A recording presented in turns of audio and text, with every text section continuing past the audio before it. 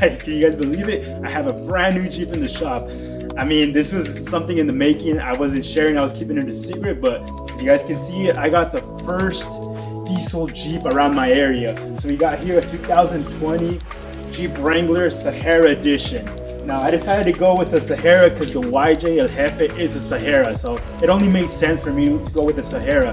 Now there's reasons why I didn't decide to go with the Rubicon. I could have gone with the Rubicon, but the upgrades that it came with it, I didn't want to go with those upgrades. I wanted to install the upgrades myself the way I wanted to, so I decided to go with the Sahara, and it came with a few surprises. So I want to show you guys real quick the Jeep.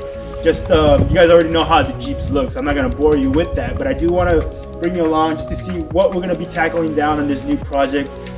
We're still going to work on the YJ, so don't think that my channel is going to be completely changing to the JL, but you know, I'm excited. I got a brand new JL Diesel Edition, and I have to emphasize that I got a unique Jeep right now. There's no other Jeep right now that's being sold out that's diesel. Of course, around the nation there's other Jeep owners that have a diesel, but at the moment within my area, I'm the only one right now carrying a brand new Jeep diesel. So I'm excited about that.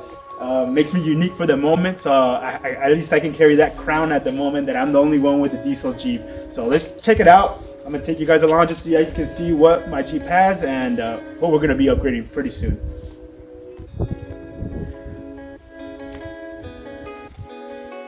You guys are all familiar with the Jeeps, how the JLs look now, and you know, there's a lot of potential for upgrades inside. So I decided to go with the regular fabric seats. I didn't want to get the leather. I've had leather vehicles and I do not like them, so I decided to go with this type of material. It's very nice fabric. So you guys can see inside, typical Jeep JL inside. Sound bar. My Jeep YJ doesn't have that, but this one does, so not too bad. So up in the front, regular Jeep JL. Let's go inside. So I know the Rubicons, they have this section red. Mine's more like a dark gray color, as you guys can see. I don't know what exactly the color is, but I mean, it looks pretty cool. I like it. And then of course it has the four-wheel drive, and then the diesel only come in an automatic transmission, so that's fine with me. I know a lot of people would have decided to go with the manual transmission, but the Jeep YJ is manual transmission, so I can have that option now of having an automatic vehicle. And of course there's the screen up in the front. Okay, so you guys can see very clear screen up in the front. So your typical Jeep JL. So of course I'm gonna add a bunch of accessories like my phone and then other items, so I'm definitely gonna have to add some parts here on the dashboard so I can have a holster for my phone and then for my GoPro, so that's gonna be changing. Besides that,